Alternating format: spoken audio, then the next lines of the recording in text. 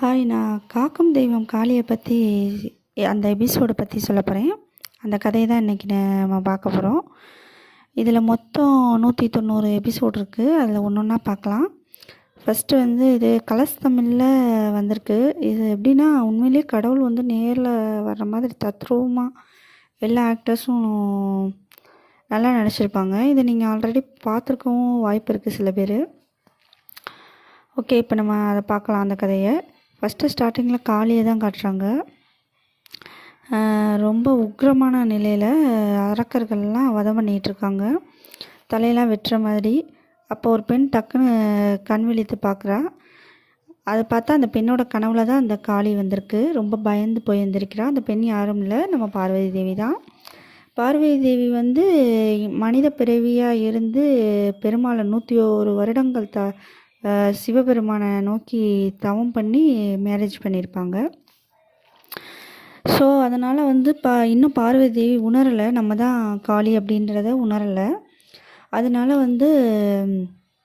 கனவு கண்டு ரொம்ப பயந்துட்டாங்க. யார் இந்த பெண் அப்படின்னு யோசிச்சுட்டு நான் சிவபெருமான்கிட்ட போய் கண்ட கனவை பற்றி சொல்லலான்னு போகிறாங்க. போகிற வழியில் வாசுகி யார் அப்படின்னா, சிவபெருமானுடைய கழுத்தில் இருக்கக்கூடிய நாகத்தின் பேர் தான் வாசுகி. இந்த வாசுகி எப்பயுமே சிவபெருமானை ஒட்டி தான் இருக்கும், அது எல்லாருக்கும் தெரியும். அது இன்றைக்கி பெருமானை விட்டு கீழே போயிட்டுருக்கு, தனியாக போகுது. இதை பார்வதி தேவி கவனிக்கிறாங்க. என்ன எப்பயுமே சிவபெருமானோட இருக்கக்கூடிய வாசுகி நாகம் எதுக்காக தனியாக போகுது அப்படின்னு பார்த்தா, சிவபெருமான் ஆனந்த தாண்டவம் ஆடிட்டுருக்காங்க. அதை பார்த்து பார்வதி தேவிக்கு குழப்பமாகவும் இருக்குது, சந்தோஷமாகவும் இருக்குது. உடனே சிவபெருமான்கிட்ட என்ன காரணங்க, ஏன் இவ்வளோ ஹாப்பியாக இருக்கீங்க இன்றைக்கி அப்படின்னு கேட்குறாங்க. உடனே அதுக்கு சிவன் என்ன சொல்கிறாருன்னா, இல்லைம்மா, இன்றைக்கி தான் ஒருத்தவங்க அவங்களோட நிலையை உணர போகிறாங்க. இப்போ அவங்க யாருன்றதை உணரக்கூடிய தரணும், அதனால் எனக்கு சந்தோஷம் வந்திருக்கு. அதை யாரை பற்றி பேசுகிறாங்க, பார்வதி பற்றி தான் பேசுகிறாங்க. அது பார்வதிக்கே புரியல. அதனால் பார்வதி யோசிச்சுட்டு, யாரை பற்றி சொல்கிறீங்க அப்படின்னு கேட்கும்போது, அது காலம் முடிவு பண்ணும், நீ எதுக்கு வந்திருக்க அப்படின்னா கனவை பற்றி சொல்கிறாங்க. சொன்ன உடனே சிவன் அதை பற்றி பேசிகிட்டு இருக்கும்போது இந்திரதேவன் குரல் கேட்குது. என்னன்னு பார்த்தா, இந்திரர்கள் தேவர்கள் எல்லாம் ரொம்ப காயப்பட்ட நிலையில் நிற்கிறாங்க. சும்பன் நிசும்பன் 2 அரக்கர்கள் தாக்கிட்டாங்க. இந்திரலோகத்தை கைப்பற்ற 3 உலகையும் கைப்பற்றிட்டாங்க. இப்போ கைலாயத்தை நோக்கி கொண்டு இருக்காங்க. அதனால் என்ன செய்யறதுன்னு தெரியல சிவபெருமானே, நீங்கள் தான் ஏதாவது பண்ணணும் அப்படின்னு சொல்லிட்டு கேட்குறாங்க. உடனே சிவன் என்னால் எதுவும் முடியாதுப்பா அப்படின்னு சொல்கிறாங்க. உடனே நம்ம இந்திரனுக்கு ஒன்றுமே புரியல. அது எப்படி, நீங்கள் தானே மிகப்பெரிய கடவுள் சிவபெருமானே, நீங்களே முடியலைன்னு சொன்னால் நாங்கள் எங்கே போகிறது, ஏதாவது செய்யுங்க சிவபெருமானேன்னு சொல்லும்போது சிவன் பார்வதியை பார்க்குறாங்க. பார்வதி ஒன்றும் புரியாமல் நிற்கிறாங்க. உடனே பார்வதி தேவி கேட்குறாங்க, ஏங்க இப்படி சொல்கிறீங்க, நம்ம குழந்தைகள் நம்ம தானே ஆதரிக்கணும், நம்ம குழந்தை இவ்வளோ கஷ்டத்தோடு வரும்போது நீங்கள் எவ்வளோ பெரிய கடவுள், நீங்கள் போய் அந்த அரக்கரை அழைச்சிட்டு வரலாம்ல அப்படின்னு கேட்கும்போது, அப்போ தான் சிவபெருமான் அந்த வரத்தை பற்றி சொல்கிறாங்க. சும்பன் நிசும்பன்றவங்க சகோதரர்கள். அவங்க பிரம்மதேவர்கிட்ட அமிர்தம் வேண்டி கேட்டிருப்பாங்க, தவம் பண்ணியிருப்பாங்க. அப்போ பிரம்மதேவர் என்னால் அமிர்தம் கொடுக்க முடியாது, அதுக்கு பதிலாக உனக்கு ஏதாவது வரம் தாரேன் அப்படின்னு சொல்லியிருப்பார். அப்போ தான் டக்குன்னு யோசித்து அவங்க சும்பனும் நிசும்பனும் என்ன பண்ணுறாங்க அப்படின்னா, தனக்கான வரத்தை வாங்கிக்கணும்னு நினைக்கிறாங்க. எந்த மாதிரி வரம் வாங்குறாங்கன்னா, எந்த உயிர்களாலும் எந்த பட்சிகளாலையும், பட்சினா பறவை, எந்த பறவை, விலங்கு, புழு, பூச்சி, வண்டு, பாம்பு இது மாதிரி கிடைச்சா கூட சாவு வரும் இல்லையா, இயற்கையும் சாவு வரும் இல்லையா, அது மாதிரி இயற்கையாலையும் மனிதர்களில் ஆண்கள், அதை நல்லா நோட் பண்ணிக்கோங்க, ஆண்களால் இறப்பறக்கூடாது அப்படின்னு கேட்டுக்கிறாங்க. ஏன்னா இவங்களை பொறுத்தளவு பெண்கள் ரொம்ப மட்டமாக நினைக்கிறாங்க. பெண்கள் வெறும் சமையல் அறைக்கு, படுக்கை அறைக்கு மட்டுமே பயன்படக்கூடிய ஒரு ஒரு ஒரு இது என்ன சொல்ற, ஒரு பொருளாக கூட இல்லை, அது ஒரு கேவலமான பிறவி அப்படின்ற மாதிரி நினச்சிட்ருக்காங்க சும்பன் அந்த அரக்கர்கள். அதனால பெண்களை கொலை பண்ணுற அளவுக்கு அவங்க யோசிக்கலை.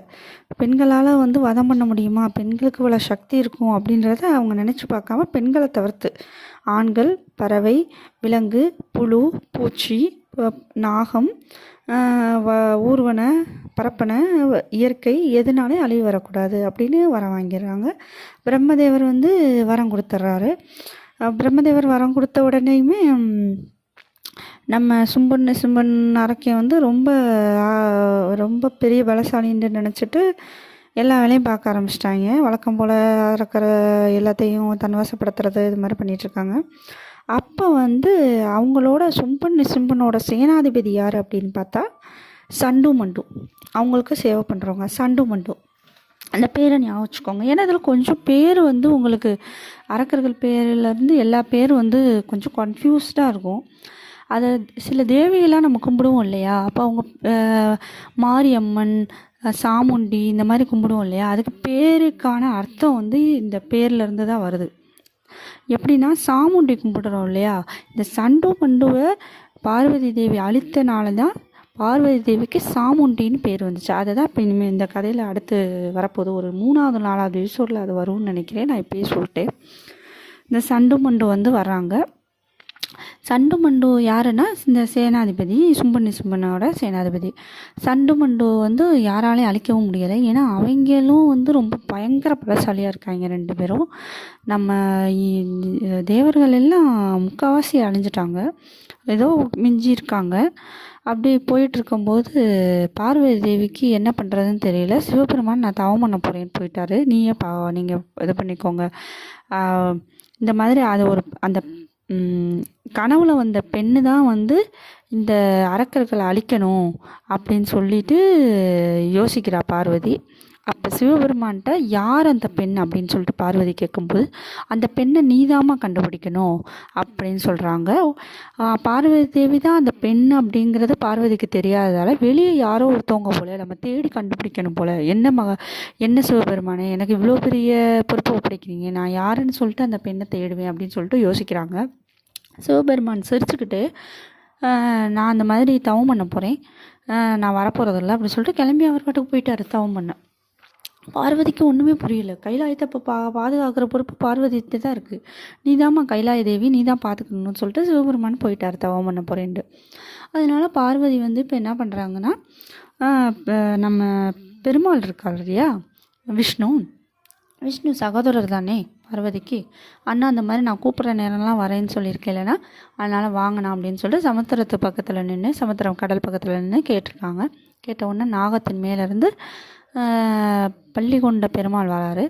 வந்து என்னடா உனக்கு என்ன வேணும் சொல்லுமா அப்படின்னு சொல்லிட்டு கேட்குறாங்க தங்கச்சிட்ட. உடனே தங்கச்சி பார்வதி என்ன சொல்கிறாங்கன்னா, அண்ணா அந்த மாதிரி வந்து இந்த கனவு வந்துச்சு எல்லா விஷயத்தையும் சொல்கிறாங்க. சொன்னோடனையும் இப்போ லக்ஷ்மி தேவி வந்து ஏதாவது உதவி பண்ணுங்க அப்படின்னு சொல்லிட்டு இருக்காங்க. அப்போ வந்து கலாய்ச்சிட்ருக்காரு நம்ம பெருமாள். நீ தான் பெரிய இதாச்சே, உனக்கு தான் எல்லாமே தெரியுமே, உன் வீட்டுக்காரர் தான் இப்போ மிகப்பெரிய உலகத்தையே ஆள்றவராச்சே, நீ வந்து ஏன்ட்ட கேட்டுக்கிட்டு இருக்க அப்படின்ற மாதிரி கலாய்ச்சி விட்றாங்க. அது வந்து பார்வதி தேவி முகம் சுருங்கிடுது. உடனே லக்ஷ்மி என்னங்க எல்லாமே தெரிஞ்ச நீங்களே இப்படி உங்கள் தங்கச்சியை போய் இப்படி பேசலாமா, விடுங்க, அவங்க உங்களை தேடி வந்திருக்காங்க, ஏதாவது உதவி பண்ணுங்க அப்படின்னு சொல்லணும். பெருமாள் வந்து உதவி பண்ணலான்னு யோசிக்கிறாரு. அதோட இங்கே கட் பண்ணிட்டாங்க. கட் பண்ணிட்டு அடுத்து எதை காட்டுறாங்கன்னா சண்டு மண்டுவை காட்டுறாங்க. சண்டு மண்டு வந்து பார்வதி தேவி இது கைலாயத்தை நோக்கி படம் எடுத்துக்கிட்டு வராங்க. அப்போ பார்வதி தேவி என்ன பண்ணுறாங்க அப்படின்னா, சரி நான் போய் முதல்ல சண்டு மண்டுவை சமாதானம் பேசி இந்த போரை நிறுத்தலான்னு பார்க்குறேன் அப்படின்னு சொல்லிட்டு சமாதானம் பேசலான்னு பார்வதி தேவி வராங்க. பார்வதி தேவி சமாதானம் பேசும்போது சண்டு மண்டு வந்து பார்வதி தேவியை பார்த்து இவ்வளோ அழகான ஒரு பெண் கைலாயத்தில் இருக்காளா அப்படின்னு சொல்லிட்டு ஆச்சரியமடைஞ்சிடுறாங்க. ஆச்சரியமடைஞ்சு சும்பன் நிசும்பன்ட்ட போய் இந்த பெண்ணை பற்றி சொல்கிறாங்க. சும்பன் நிசும்பன் வந்து இவ்வளோ அழகான பெண் இருக்கிறத பார்த்துட்டு இந்த மாதிரி இந்த பெண் வந்து நம்ம அடைஞ்சே ஆகணும், இந்த பெண் இல்லாமல் 3 உலகத்தை கைப்பற்றியும் பயன் இல்லை அப்படின்னு யோசிக்கிறாங்க. இந்த பெண்ணை வர்ணிக்கிறாங்க. அதாவது பார்வதி தேவியை அவ்வளோ அழகான கண்கள், மூக்கு, வாய் ஒன்றா சொல்லிகிட்ருக்காங்க.